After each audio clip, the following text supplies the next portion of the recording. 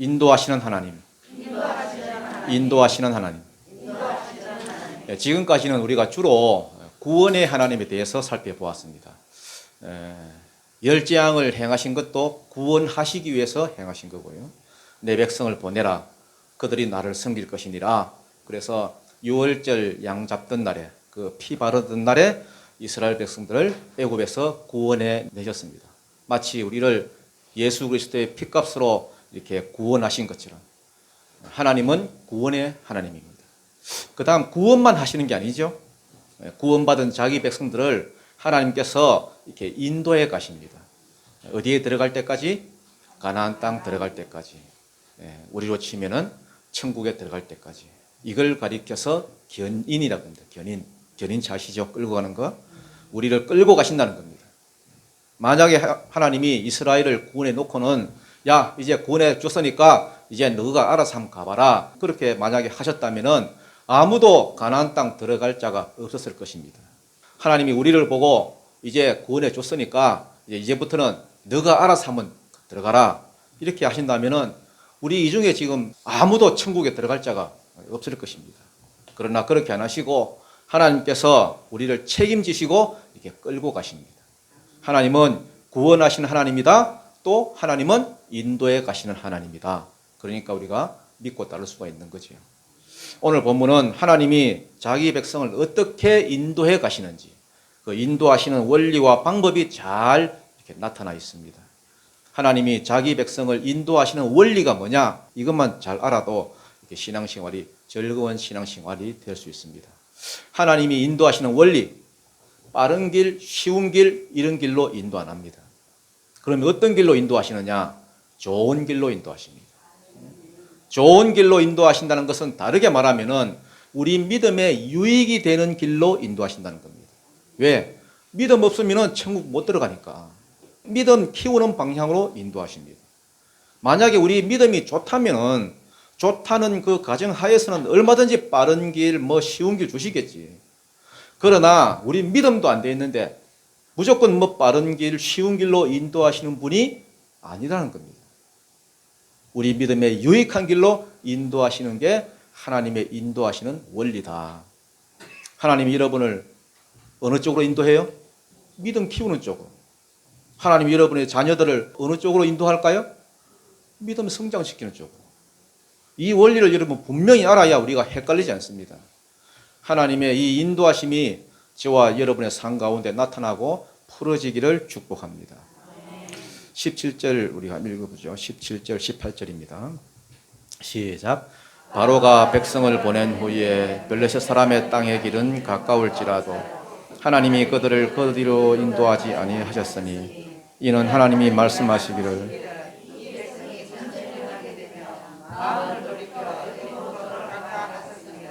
그러므로 하나님이 홍해의 광야길로 돌려 백성을 인도하시며 이스라엘 자손이 애굽 땅에서 대열을 지어 나올 때에 가나안 땅까지 가는 길이 두 가지가 나옵니다. 여기 보니까 17절에는 무슨 길? 블레셋 사람의 길. 18절에는 홍해의 광야길. 블레셋 사람의 길은 좋은 길입니다. 지도를 보시면요. 지도를 보면 블레셋이 나와 있죠. 초록색으로 이렇게 이제 표시된 해안도로. 이거는 옛날 고대부터 잘 닦여진 거의 4차선 도로 고속도로처럼 아주 잘 된 그 해안도로입니다. 애굽에서 가나안 땅까지 이렇게 이쪽으로 가면은 한 5, 6일 정도 되면은 충분하게 넉넉하게 들어가는 그런 길입니다. 어린애들, 노약자들 다 감안하더라도요. 빨리 그러면은 5일, 또 짐승들까지 다 데리고 천천히 걸어도 한 일주일이면은 충분하게 들어갈 수 있는 거리입니다. 그게 블레셋 사람의 길. 옛날부터 그 애굽에서 또 바벨론 전쟁하러 가거나 할 때 수많은 마차 이렇게 병거들이 지나다니던 길이기 때문에 굉장히 널찍한 그런 길입니다. 근데 하나님께서 그쪽으로 인도하지 않았다는 거예요. 뭐라고 되어 있습니까? 블레셋 사람의 길은 가까울지라도 제일 쉽고 가까운 길이 있지만은 그 길로 인도 안 하신다는 거예요. 대신에 홍해의 광야길, 이거는 길도 아닙니다, 여러분. 광야인데 무슨 길이 있겠습니까? 그냥 가는 거지. 홍해도 건너야 되고 바다도 지나야 되고 광야도 지나야 되고 삥삥 돌고 돌아서 또 요단강도 나중에 건너야 되잖아요. 그런 길로 인도하신다는 겁니다. 그럼 왜 좋은 길, 가까운 길을 놔두고 이렇게 험한 길로 인도하시느냐? 이는 이유지요. 이는 하나님이 말씀하시기를 이 백성이 블레셋 사람을 만나게 되면은, 전쟁을 하게 되면은 마음을 돌이켜서 애굽으로 다시 돌아갈까 하셨습니다. 블레셋 사람들은요, 나라는 그렇게 안 큰데 이 철기 문화가 일찍 이렇게 들어와 가지고 싸움을 잘하는 민족입니다. 무기도 좋고요, 사람들도 용맹하고 전쟁을 위해서 준비된 그런 민족이다 할 수 있습니다. 그래서 그쪽으로 지나게 가게 되면은 블레셋 사람들이 나와가지고 야, 우리 집에 왜 왔어? 그러고 막 막아설 거고, 그러면은 전쟁이 벌어질 거고, 전쟁하게 되면은 이스라엘이 겁을 집어먹고 다시 빠꾸 해가지고 애굽으로 돌아간다는 사실을 하나님이 잘 뭐 하신다? 아신다는 거예요. 여러분, 하나님은 나보다 나를 더 잘 아시는 분입니다. 믿으십니까? 우리는 우리를 잘 몰라. 우리는 우리가 괜찮은 놈인 줄 알고 기고만장합니다. 조금만 잘 나가면 그래요. 아니면 반대로 하나님은 괜찮다 하시는데 우리는 우리를 형편없는 놈인 줄 알고 스스로 막 낙심합니다. 여러분, 나보다 하나님이 나를 더 잘 아십니다. 그러니까 인도에 가시는 건 아니겠습니까? 하나님이 이스라엘을 이렇게 평가합니다. 이것들은 블레셋을 만나면 뭐 한다? 내 뺄놈들이다. 여러분, 나중에 그 민수기 13장, 14장 이렇게 보면요, 진짜 그래요. 이스라엘이 가나안 땅에 그 정탐꾼을 보내잖아요. 정탐하러 가가지고 잔뜩 겁만 집어먹고 왔지요. 왜 거기 갔더니 뭐가 있어서? 안악 자손이 있어가지고 덩치가 얼마나 큰지 우리는 거기다 비하면 메뚜기더라. 메뚜기 밟히면 퍽 하고 터져 죽겠더라.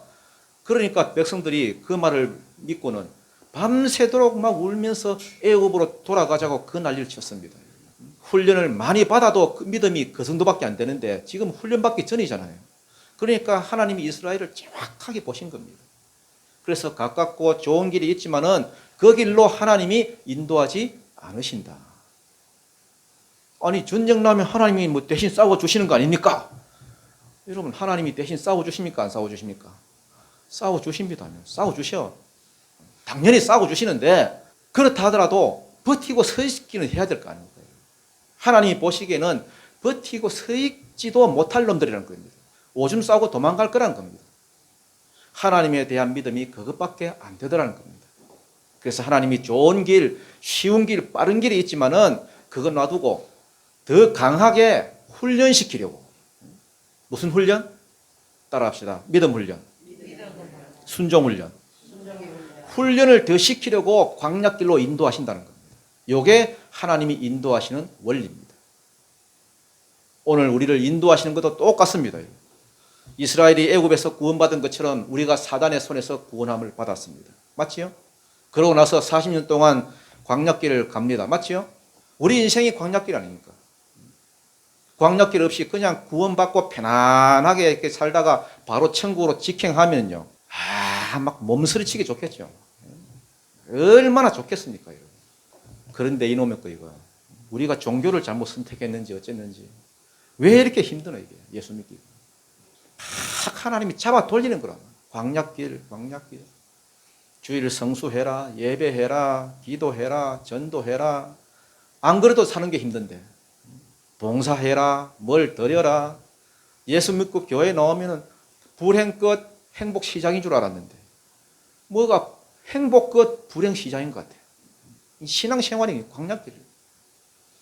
하나님이 인도하시는 원리 대전제가 뭐냐? 믿음이 있으면 쉬운 길로 주고 빠른 길로 주십니다. 형통한 길 주십니다. 사무엘, 다윗 주십니다. 하지만 믿음이 없으면 그것만큼 신앙생활이 힘든 게 없어요. 쉬운 길 놔두고 빠른 길 놔두고 훈련시키는 길로 집어넣지 절대 쉬운 길 안 줍니다. 그걸 여러분 아셔야 됩니다. 그러니까 여러분 스스로 훈련 받으려고 가시고, 믿음은 들으면서 난다 했습니다. 스스로 말씀을 듣고 읽으셔서 스스로 믿음을 키우는 수밖에 없습니다. 이게 광야길을 줄이는 유일한 방법입니다. 믿음만 돼 있으면 신앙생활도 즐거운 길입니다. 19절 한번 읽어보겠습니다. 19절 시작. 모세가 요셉의 유고를 가졌으니 이는 요셉이 이스라엘 자손으로 단단히 맹세하게 하여 이르기를 하나님이 반드시 너희를 찾아오시리니 너희는 내 유고를 여기서 가지고 나가라 하였습니다. 여러분 생뚱맞게 애굽에서 나오는 길 이야기 하다가 갑자기 뭐 요셉의 유고를 가지고 나왔다 이런 이야기가 또 나와요. 모세가 요셉의 유고를 가졌으니 이는 요셉이 이스라엘 자손으로 단단히 맹세하여 이르기를 하나님이 반드시 너희를 찾아오시리니. 이게 창세기 50장에 나오는 말씀인데요. 요셉이 죽으면서 유언을 했지요. 나는 죽지만 하나님께서 너희를 찾아오실 것이다. 방문하실 것이다. 예. 문을 두드린단 말입니다. 하나님 방문하시리니 너희가 이 땅에서 나가게 될 것이다. 그때 너희는 반드시 내 유고를 가지고 나가서 이스라엘 땅에 묻어다오. 이게 요셉의 유언이거든요. 그때만 해도 이게 무슨 뜻인지 여러분 몰랐을 것입니다. 그런데 지나놓고 보니까 진짜 하나님이 10번째 재앙 때, 10번째 재앙은 다른 재앙하고 다른 점이 뭐다 있습니까? 하나님이 직접 찾아오신 재앙이다 그랬죠. 그러니까 요셉은요, 죽기 전에 400년 후에 일어날 일을 벌써 알고 있는 겁니다. 그래서 유언을 남긴 거예요. 그러니까 400년 전에 유고를 지금 메고 나오는 겁니다. 참 이스라엘도 참 대단한 민족이죠. 400년 전에 그 유고를 지금 가지고 나오는 거예요. 그러니까 유고를 메고 나왔다는 데에 초점이 있는 것이 아니라 처음부터 요셉은 하나님께서 직접 찾아오셔서 방문하셔서 그들을 인도에 내실 것을 알고 있었다는 거예요. 지금부터는 이제 인도에 가는 과정들이 쭉 나와 있지요. 20절, 21절, 22절까지 읽고 있습니다. 20절부터 시작. 그들이 숫곳을 떠나서 광야 끝 에담의 장막을 치니 여호와께서 그들 앞에서 가시며 낮에는 구름 기둥으로 그들의 길을 인도하시고 밤에는 불 기둥을 그들에게 비추사 낮이나 밤이나 진행하게 하시니 낮에는 구름 기둥 밤에는 구름 기둥. 지금 출발지는 어디지요? 람셋이죠. 람셋. 어떤 사람은 고센이라 그러고요. 어떤 사람은 람셋이라 그러는데 고센이 람셋입니다. 창세기에 보면 고센 곧 람셋 이렇게 되어 있습니다.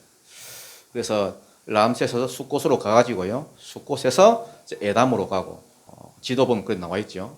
그러면 남쪽으로 내려가고 있는 거예요. 이스라엘이 지금 뭐 자기들이 볼 때는 완전 돌지경입니다. 맨정신 같으면 어디로 가야 됩니까? 북쪽으로 가야 됩니다. 북쪽으로 가야 됩니다. 하나님이 인도하시는 건 틀림없어. 가만 보니까 하나님이 인도해. 왜? 구름 기둥과 불 기둥이 앞서가니까 그 하나님의 임재의 상징이잖아요. 큰 구름이 이러면 우산처럼 확 펼쳐져 가지고 여러분. 광야라는 게 그렇습니다. 광야라는 게 낮에 온도가 한 40도, 50도 막 올라가잖아요. 그렇지만은 구름만 이래 있으면은 시원합니다. 왜냐하면 습기가 없기 때문에. 그래서 지금도 보면은 양치기들이요, 광야에서 이렇게 양을 먹일 때에 이 구름 따라서 이렇게 이동을 합니다. 구름이 이동하면은 양들도 같이 이동하고. 안 그러면 타 죽습니다. 저는 그걸 보면서 옛날에도 이스라엘 민족들이 구름 기둥 따라서 이렇게 이동했겠구나 하고 이해가 돼요. 낮에는 구름 기둥이 이렇게 확 우산처럼 펼쳐져 있고 양산 역할을 하는 거죠. 그 다음에 밤이 되면은 이게 이제 불기둥으로 바뀝니다. 그래서 불기둥이 되어서 이스라엘 백성들이 볼 수 있도록 길을 비춰주고, 또 밤은 춥잖아요. 추우니까 온기를 느낄 수 있도록 열기를 이렇게 제공해주고, 또 뱀이나 정갈 이런 사막의 이런 짐승들이 오지 못하도록 막아주는 역할도 하고, 그래서 하나님의 임재의 상징인 구름 기둥과 불 기둥이 밤낮으로 이렇게 바뀌어가면서 그렇게 인도에 가시는 겁니다. 그러니까 지금 구름 기둥과 불 기둥만 보면은 하나님이 자기들을 인도에 가시는 것은 맞는데 방향이 문제예요. 방향이. 가야 되는 것은 저쪽인데 자기들은 반대로 자꾸 가는 거라. 자꾸 멀어져. 이 남의 이야기니까 이런 아무 느낌이 없지요. 지금 여러분이 이스라엘 백성이라 그러면 어떤 느낌이 들겠습니까, 여러분? 나중에 보면은 뭐 홍해 건너고 뭐 광야 지나고 막 참 희한하거든요. 막 뺑뺑 잡아 돌립니다. 여러분 같으면 어떻겠어요? 우리 이춘발 집사님 같으면 어떤 느낌이 들겠습니까, 여러분? 에이, 치워버리라. 나 혼자 갈란다. 나 먼저 가실 테니까 거기서 만나자. 왜냐하면 길 아니까, 길 따라가면 되니까. 여러분 같으면 어떻게 하겠습니까? 하나님의 인도하심이 이렇다니까요. 내 생각대로 안 끌고 갑니다. 하나님이 계획하신 대로 끌고 갑니다. 시편 37편 23절에 보면은 여호와께서 사람의 걸음을 정하시고 그 정하신 대로 끌고 간다 되어 있습니다. 나보다 나를 더 잘 아시는 하나님이 나한테 딱 맞는 그런 훈련을 시키기 위해서, 믿음 훈련을 시키기 위해서 자기가 정한 대로 그냥 끌고 가십니다. 그게 하나님의 인도하시는 방법이에요. 그 과정이 참 돌게 만듭니다. 그러니까 200만이나 되는 그 많은 사람들이 애굽에서 다 나왔지만은 다 중간에 낙오되고 죽고, 나중에 가나안 땅 그 꼴이 난 사람은 딸랑 몇 사람? 2사람. 나머지는 다 광야에서 새로 태어난 그 백성들이 들어갔지, 광야에서 나온 사람들이 들어간 건 딱 딸랑 2사람. 여호수아와 갈렙. 믿음이 안 되면 못 들어가는 게 가나안입니다, 여러분. 그러던 중에 이제 하나님의 음성이 들렸습니다. 1절부터 2절 한번 보죠.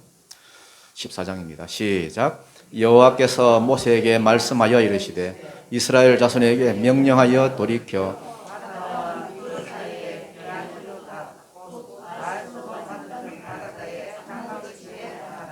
이스라엘 백성에게 뭐 해라? 명령해라. 명령이 뭡니까? 한마디로 돌이켜라. 돌이키란 말이 슈버하라. 슈버인데요. 확 틀라는 말입니다. 확 틀라. 아, 그러면 그렇지. 이제야 이제 제대로 방향을 잡는 모양이다.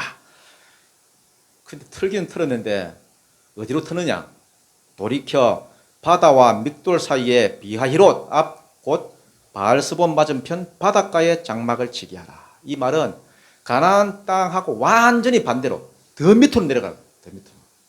안 그래도 여러분 머리가 돌지경인데 더 여러분 돌게 만드는 거예요. 상식적으로 생각하면 가나안으로 가려면 북쪽으로 가야 되는데, 북쪽으로 가면 해변길이 있고 뭐 그러면 일주일이면 충분히 들어가는데, 그런데 남쪽으로 자꾸 내려가는 거예요. 사막하고 바다밖에 없는데. 여기 보면 지명이 믹돌이라 되어 있는데, 믹돌이란 망대란 뜻이거든요. 망대 혹은 해안가에 있으면 이게 뭐 등대 이런 뜻도 되고요. 그 다음 비하히롯이란 말은 채석장이에요. 채석장. 애국 같은 나라는 토목공사를 많이 했잖아요. 토목공사. 피라미드 이런 것도 짓고요. 또 그다음 국고성도 짓고, 그럼 돌을 깨고 다듬어 가지고 옮겨와야 되잖아요. 그래서 강이나 바다 요런데 그런데 이렇게 위치한 채석장에서 채굴을 했습니다. 물로 움직이는 게 제일 낫잖아요. 그래서 채석장, 비하히롯, 믹돌, 망대가 있는 그 장소와 채석장이 있는 장소, 그 사이에 장막을 치라는 거예요. 이해가 오셨지요? 자, 3절, 4절 한번 읽어보겠습니다. 시작. 바로가 이스라엘 자손에 대하여 이르기를 그들이 그 땅에서 멀리 떠나 광야에 갇힌 바 되었다 하리라. 내가 바로가 그들의 뒤를 따르리니 내가 그와 그의 온 군대로 말미암아 영광을 얻어 애굽 사람들이 나를 여호와인 줄 알게 하리라 하시매, 무리가 바로가 이스라엘 자손에 대하여 말하기를, 바로가 지금 무슨 말을 하느냐? 여기 보니까 그들이 그 땅에서 멀리 떠나 이 말이 부크란 단어인데요. 원래는 방황하다, 헤매다 이런 뜻입니다. 방황하다, 헤매다. 그러니까 이게 무슨 말이냐 하면은 바로 생각에는 가만히 보니까 저것들이 이리저리 헤매다가 광야에 갇혔네? 이러는 거예요. 광야에 갇혔네? 만약에 북쪽으로 갔으면 바로가 포기했을 겁니다. 아, 하나님의 인도를 받아서 가나안 땅으로 갔네. 포기했을 건데 이것들이 어디로 갔지 하고 알아보니까 북쪽으로 바로 안 가고 이상하게 밑으로 가더니 바닷가에 지금 진치고 있다는 거야. 바로가 볼 때는 뒤쪽에는 홍해 바다고 앞쪽에는 광야고 좌우 양쪽에는 절벽이고, 그러니까 자기가 볼 때는 이것들이 지금 광야에 갇혔네. 헤매다가 갇혀버렸네. 내가 군대 끌고 가가지고 딱 치면은 다시 사로잡아가지고 종을 삼을 수 있겠네. 요게 바로가 보는 관점입니다. 그런데 하나님이 보는 관점은 뭡니까? 이게 바로를 완악하게 만드는 방법이라는 겁니다.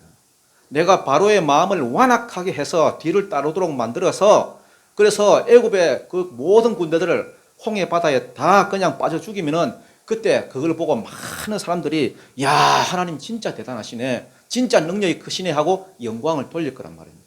이런 하나님이라면 우리를 무사히 맡기고 가나안 땅까지 따라갈 수 있겠다. 인도하시겠다. 이런 믿음을 심어 주시려고 일부러 이쪽으로 끌고 오셨다는 겁니다. 이게 하나님의 관점입니다. 바로가 보는 관점과 하나님이 보는 관점. 어떤 관점에서 상황을 바라보느냐, 그게 믿음입니다.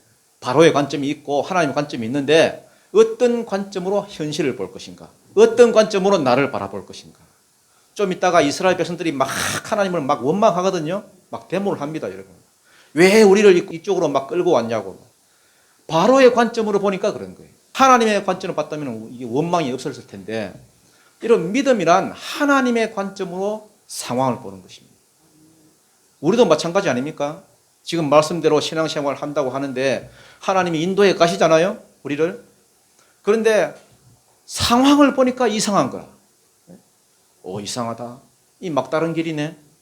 왜 하나님이 나를 이런 곳으로 이끌어가? 하나님 믿는다고 따라갔더니 맨날 사업도 안 되는 것 같고, 맨날 몸에 뭐 병이나 생기는 것 같고, 가정도 어려워지는 것 같고. 그럴 때마다 우리가 느끼는 게 뭡니까? 이거 사면초가네. 이 갇혔네. 하나님의 인도가 뭐 이래? 구름기둥 불기둥 따라왔는데. 이때 당장 세상의 소리가 들립니다. 바로의 관점이거든요. 뭐라 그래요? 광야에 갇혔다. 다른 말로 표현하면 정신 나간 짓 하고 있다. 한심하다. 미련하다. 예수 믿는 사람들에게 와가지고 마치 생각해 주는 것처럼 한마디씩 하잖아요. 야, 너 참 답답하다. 야, 너 왜 그렇게 사니? 왜 교회에 나가더니 거기 갇혀가지고 왜 그러고 있어? 이게 바로의 관점이고 세상의 관점이고 마귀가 말하는 관점입니다. 여러분, 관점을 바꿔야 됩니다. 여러분, 세상의 관점으로 바라보면 안 됩니다. 지금도 보면은 어리석은 성도들이 참 많아요. 바로가 말하는 그 관점 가지고 나를 쳐다보고 있습니다. 왜 그렇게 해요? 아니, 우리를 인도하시는 분은 하나님인데 인도해 가시는 그분의 관점으로 우리를 바라봐야 되죠. 마귀가 우리를 인도해 줄 거예요? 왜 마귀의 관점으로 우리를 바라봐요? 왜 세상이 우리를 인도해요? 왜 세상의 관점으로 우리를 봅니까? 그러니까 내가 지금 뭐 하고 있나 한심해 보이기도 하고 낙심하고 좌절하고 그러면서 마귀에게 넘어가는 겁니다. 바로의 관점으로는 하나님의 인도하심이 이해 안 돼요. 주일마다 교회에 나와서 말씀 듣고 예배 드리고 전도하고 기도하고, 아니 뭐가 생기는 것도 아니고 내가 교회에 갇혀 있나, 광야에 갇혀 있나, 이런 뭐 모든 것들이 세상의 관점으로 이해하려고 하면 하나도 이해 안 됩니다, 여러분. 요한복음 6장 67절의 말씀대로 살리는 것은 영이니 육은 무익하니라. 무익하다는 게 뭡니까? 이해 못한다는 거죠. 영으로만 이해가 되는 거지 육으로는 이해 안 된다. 살리는 것은 영으로만 되는 것이다. 하나님의 관점에서 바라봐야지 이해가 되고 명쾌해지고 살 길이 생기는 거지. 여러분, 니고데모 보십시오. 거듭나야 된다 하니까 엄마 뱃속에 다시 들어가야 됩니까? 이런 이따위 소리 나고. 세상 관점을 봐가지고는 하나님의 인도하심을 이해도 못하고 풀지도 못해요. 그런데 어리석은 사람은 맨날 뭐 그런 소리에 귀를 기울이고 있어요. 세상에 잡다한 소리예요. 바로의 소리, 광야에 갇혔다, 사면초가다, 막다른 길이다, 그런 소리에 여러분 귀를 닫아야 됩니다. 상황만 쳐다보지 말고 말씀의 인도하심, 구름기둥과 불기둥만 쳐다보고 가면은 여러분 쉽게 갈 수 있어요. 앞에 홍해가 있든 말든, 좌우에 절벽이 있든 말든, 뒤에 광야가 있든 말든, 애국 군대가 따라오든 말든 말씀의 인도를 받고 있으면 그건 잘 가고 있는 거라고요. 그런데 이때 꼭 바로의 음성이 들려요. 바로의 관점으로 나를 바라봐요.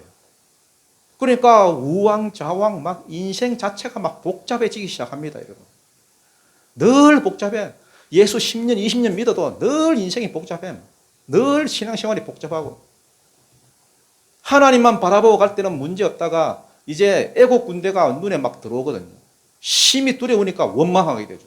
왜 우리를 이곳으로 이끌고 왔냐? 왜 나를 교회로 막 인도해 왔냐? 막 절망적인 소리는 막 나오죠. 여러분, 세상에서 제일 무서운 게 뭔지 알아요? 현실이에요, 현실. 맨날 한다는 말이 현실을 바라봐. 그런 말 하잖아요. 현실 감각 좀 가져봐. 이게 뭐라 그래요? 팩폭이래요. 팩폭. 팩트 폭력. 말씀대로 나는 살아가는데 야, 말씀 좀 중단하고 현실을 쳐다봐. 네가 지금 그럴 때냐? 현실이 어때요? 뒤에는 홍해가 있고 앞에는 애국 군대고. 죽잖아 너네. 현실을 바라봐. 언제까지 말씀 언제까지 예배 그러고 있을래? 그러니까 우리 마음 가운데 막 불안감이 생기고 두려움이 생기고 세상이 보여주는 현실은 이런 겁니다. 여러분. 하나님 없는 미래를 생각해 보라는 거예요. 하나님이 없으니까 노후에는 내가 굶어 죽을 것처럼 보이고 경제가 불황이니까 미래가 없을 것처럼 보이고 이러다가 시집도 못 갈 것 같고 이러다가 장가도 못 갈 것 같고 아무것도 안 될 것 같고 하나님이 없는 현실을 막 보여주는 거예요. 현실을 봐라. 거기에 다 나가 떨어지는 거 아닙니까? 아, 내가 주일날 이러고 있으면 안 되지. 사람도 좀 만나고 뭐라도 좀 하고 막 불안해지고 이게 바로 바로의 관점으로 나를 바라보는 것입니다. 여기에 속으면 안 됩니다, 여러분. 말씀의 관점은 나를 바라봐야 돼요. 시선을 현실에 두면 안 되고 말씀에 둬야 돼요. 말씀 앞에서는 두 가지잖아요. 할 수 있는 것은 내가 순종하고 할 수 없는 것은 신뢰하고 맡기고 그러면 안절부절하지 않습니다. 쭉 가기만 하는 거예요. 그러면 미처 내가 생각지도 못한 길 홍해의 바닷길을 열어주시는 거예요. 5절 6절 한번 읽어보겠습니다. 5절 6절 7절까지 시작. 그 백성이 도망간 사실이 애굽 왕에게 알려지매 바로와 그의 신하들이 그 백성에 대하여 마음이 변하여 이르되 우리가 어찌 이같이 하여 이스라엘을 우리를 섬김에서 놓아 보냈는가 하고 바로가 곧 그의 병거를 갖추고 그의 백성을 데리고 갈새 선발된 병거 600대와 애굽의 모든 병거를 동원하니 그 백성이 도망한 사실이 애굽 왕에게 알려지매 바로와 그의 신하들이 그 백성에 대하여 마음이 변하여 이르되 우리가 어찌 같이 하여 이스라엘 백성을 놓아 주었는가. 미련을 못 버리는 거예요. 미련을. 바로가 너희들 그 노동력이 얼만데 이 값싼 인력들을 내가 왜 보냈던 거 후회가 막 밀려오면서 죽어도 못 보내.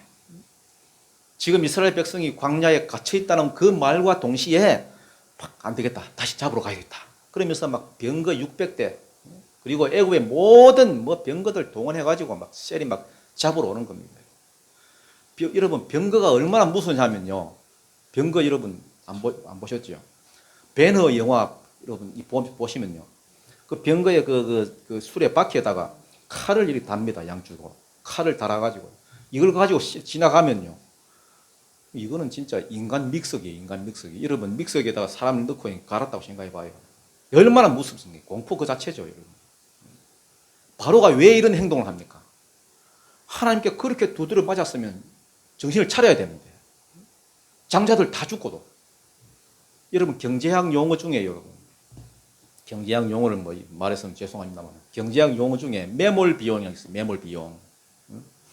어떤 회사에서 이제 투자 설명을 가집니다. 투자 설명회를 투자자들 쭉 모아놓고 자 보십시오. 이거 아주 좋은 아이템이 나왔는데 정말 이거 획기적인 상품입니다. 이거 벌써 우리가 개발해가지고 이제 신상품이 벌써 지금 나오는 단계입니다. 이렇게 설명을 했더니 투자자들이 반응이 별로 없어. 그러니까 뒤에 이런 설명을 딱 하나 덧붙입니다. 지금까지 우리가 100억이란 돈이 비용이 투자가 돼 있고 이제 마무리만 지으면 됩니다.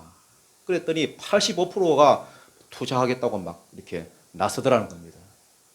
이걸 뭐라고 말하냐 하면은 이미 지불한 비용이 있으니까 그것이 이 결정하는데 영향을 미친다는 거예요. 그래서 이걸 경제학 용어로 매몰 비용 그럽니다. 매몰 비용. 이 매몰 비용이 아까워서라도 계속 투자를 한다는 거예요. 매몰 비용이 지금의 행동에 영향을 미친다. 그러니까 망하는 거죠. 지금 상식적으로는 바로왕이 하나님의 살아계심을 봤잖아요. 장자들 다 죽었잖아요. 상식적으로는 하나님의 전능하심을 봤으면은 믿고 그냥 보내줘야 돼요. 예? 그러면 자기도 살고 다 사는데 그런데 매몰 비용이 너무 많지요. 지금까지 내가 치렀던 거, 이제는 내가 고생했던 거 이런 것이 막 밀려오면서 막 그게 생각나가지고 막 뒤집는 거예요. 그러다 망하는 거죠. 망해도 아예 쫄딱 망하는 대표적인 케이스가 바로입니다. 우상숭배도 마찬가지예요. 우상숭배도. 예수를 믿어야 되는데, 믿기는 믿어야 되는데, 우리 집안이 몇 대째 지금 우상 섬기고 있고, 몇 대째 지금 제사 드리고, 그러면요, 해놓은 게 많기 때문에 지금 결정 못 내려요. 지금 와서 바꾸면 어쩌나. 그 전부 다 매몰 비용입니다. 그래서 망하는 겁니다. 지금 듣고, 이거다 싶으면 고쳐야 되는데, 당장 수정해야 되는데, 그게 아니고, 과거를 살펴봐. 과거를 다 살펴보니까, 야, 우리 집안이 어떤 집안이고, 뭐, 과거에 우리 집안이, 종손 집안이고, 그러므로 못한다. 못한다. 죽는 길로 가는 거죠. 막내들은 매몰 비용이 없으니까, 빨리빨리 결정을 해야 돼요. 매몰 비용이라는 건 말 그대로 비용입니다. 비용. 빨리 이거는 버려야 돼. 빨리. 여러분 여자분들은 잘 들어봐요. 특히 젊은 여자분들. 남자가 사랑을 하든 말든 일단 뭘 주면 많이 받아요. 많이 받아요. 주면 주는데도 받아야 돼요. 많이 받아 놓으면은 쉽게 못 버려요, 여러분. 매몰 비용이 크거든. 매몰 비용이. 진실된 사랑이지 아니지 그거 보고 제가 말하는 거 아닙니다, 여러분. 순수하게 경제학적인 용어에서. 투자한 게 많은 사람은 못 버려요. 매물 비용을 포기 못 해요. 주식도 보십시오, 주식. 주식이 계속 내려가고 있잖아요. 계속 폭락해도 선뜻 못 팔아요. 계속 들고 있잖아요. 왜 못 팔아요? 본전 생각이 나가지고. 3만 원짜리 샀는데 3천 원이다. 못 팔아요, 절대. 인생이 그렇다고요, 인생이. 그러나 지혜로운 사람은 어떻게 생각하느냐 하면은 현재 시점만 딱 생각해. 과거 안 봐. 매몰 비용은 싹 잊어버리고 과거는 잊어버리고. 근데 그게 되나? 인간은 그게 안 돼요. 다른 사람을 이용해 먹는 사람들, 그 사기꾼들 여러분 특징이 뭔지 알아요? 특징. 그 사람 과거를 살펴보는 거야. 과거. 사기꾼일수록 그 사람 과거를 한번 조사를 해봅니다. 왜? 대부분은 과거가 그 사람을 결정짓거든. 과거를 딱 살펴보면은 그 사람이 대충 어떤 결정을 내릴지 이미 답이 나와요.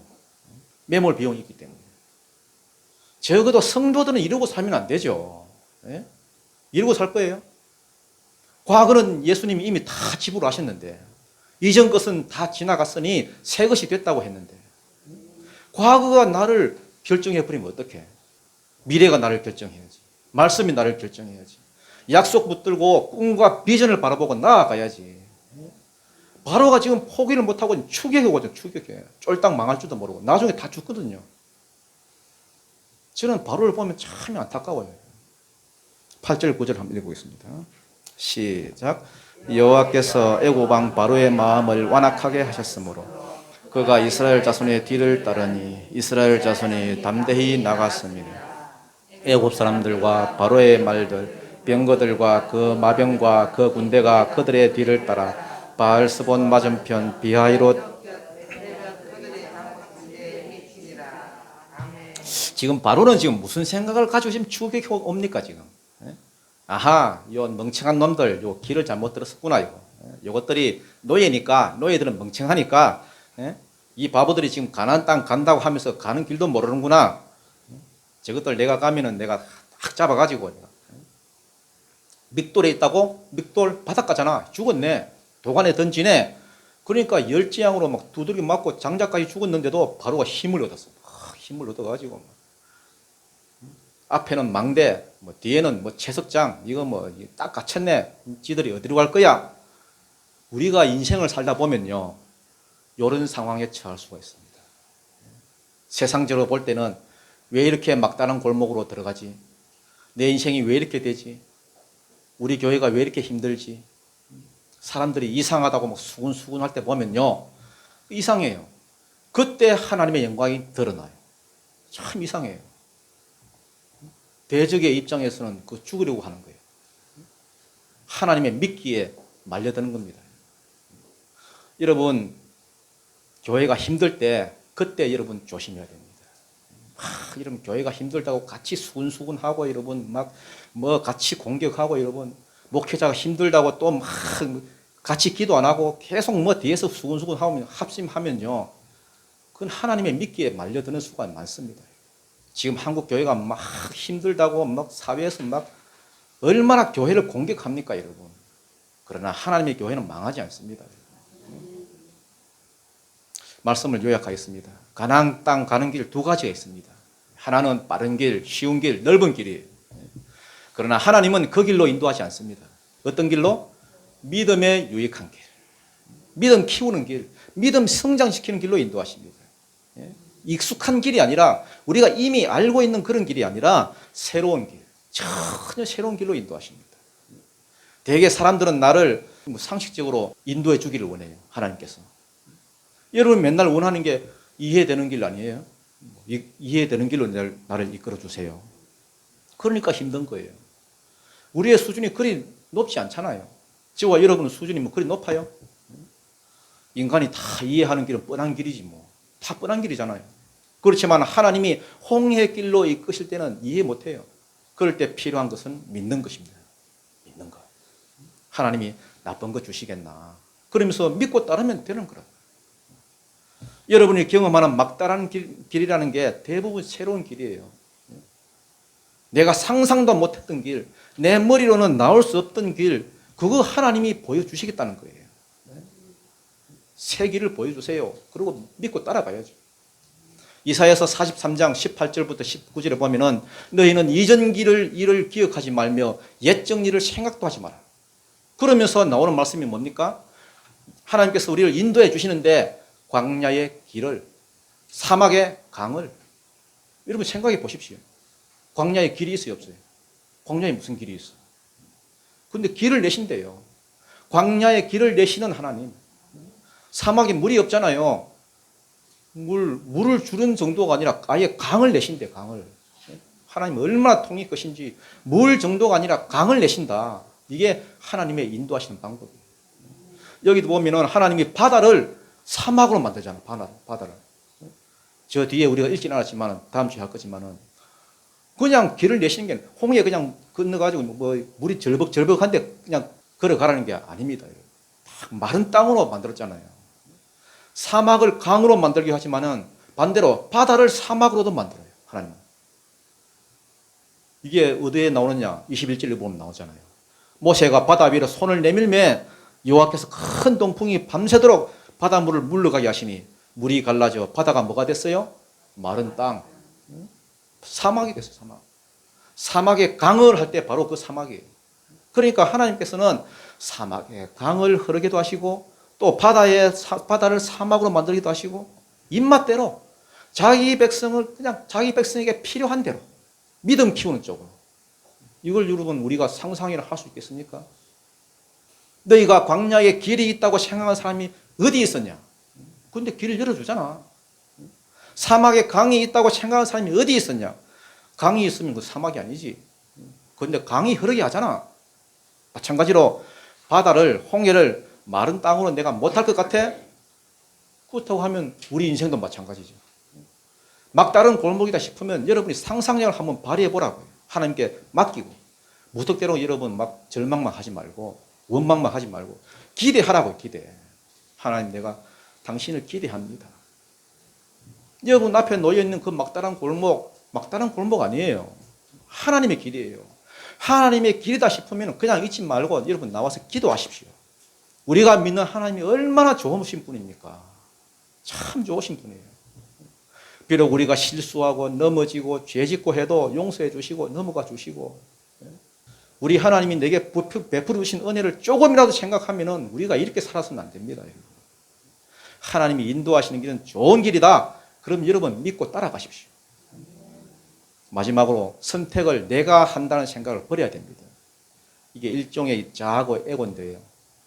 하나님 믿는 것도 선택을 내가 해야 된다, 이런 생각이 있어요. 기도를 할 때 보면은 기도를 하는 게 아니라 자꾸만 여러분 소원만 빌어요, 소원만. 자꾸만 달라가 달러로 바뀌죠. 달러. 근데 이게 전제가 뭐냐 하면은 내 선택이 옳다는 거잖아. 내 선택. 하나님, 내가 보니까 요거 주시면은 내 인생이 잘 풀릴 것 같아. 그러니까 요거 주세요. 그게 전제죠. 내 판단은 옳다. 하나님 참 이상하네. 요거 주시면 난 인생 잘 되는데. 근데 인생 살다 보면 내가 나를 알아요, 몰라요? 몰라. 나의 가는 길을 내가 알아, 네가 알아? 나도 모르고 너도 몰라. 누가 알아요? 오직 그가 아시나니. 욥기서 23장 10절. 내가 가는 길을 그가 아시나니 그가 나를 단련하신 후에는 내가 순금같이 되어 나오리라. 내가 가는 길을 그분이 아신다. 그래서 처음 믿을 때는 기도가 소원 말하기인 줄 알고 자꾸 소원을 말해봐, 소원을 말해봐. 그런데 이러다가 믿음이 들어가고 믿음이 성장하면요, 소원이 나를 죽이는 그런 걸 알게 됩니다. 그래서 소원을 말하지 않고 그런 사람은 어떻게 하느냐? 인도해 주세요. 인도해 주세요. 하나님의 관심은 오직 하나입니다. 구원받은 자기 백성들의 믿음. 믿음밖에 천국 들어갈 방법 없으니까. 구원받은 자기 백성들의 그 믿음, 가나안 땅을 차지할 수 있는 믿음이 있느냐 없느냐. 하나님이 안 싸워주시느냐? 싸워주셔. 그렇지만 그걸 믿고 버티고 서 있는 믿음이 있느냐 없느냐. 도망 안 가고 신뢰하고 따라갈 수 있는 믿음이 있느냐 없느냐. 말세에 적그리스도가 막 서칠 때라도 하나님이 구원받은 성도들을 책임질 거라고 믿는 그 믿음, 상황은 아니더라도, 현실은 아니더라도, 몸은 비록 질병이 오고 집안에 우환이 생겨도 하나님께서 이것들을 이기게 해 주실 거라는 그 믿음, 그 믿음 가지고 굳건하게 버티고 서 있는 바로 그게 없으니까 맨날 광야를 싸돌아다니고 헤매고 주저앉고 원망이나 하고. 그 믿음이 없으면 우리는 아직도 구원의 강을 건너지 못한 것입니다. 여러분, 삶이 힘듭니까? 상황이 광야길입니까? 믿음의 훈련을 여러분 받으시려고 하시고, 세상의 관점이 아니라 하나님의 관점으로 보는 훈련을 하시고, 그래서 그 믿음 가지고 빨리 이 광야길을 접으시고 가나안길 수월하게 들어갈 수 있는 그런 믿음의 백성이 되시기를 축복합니다.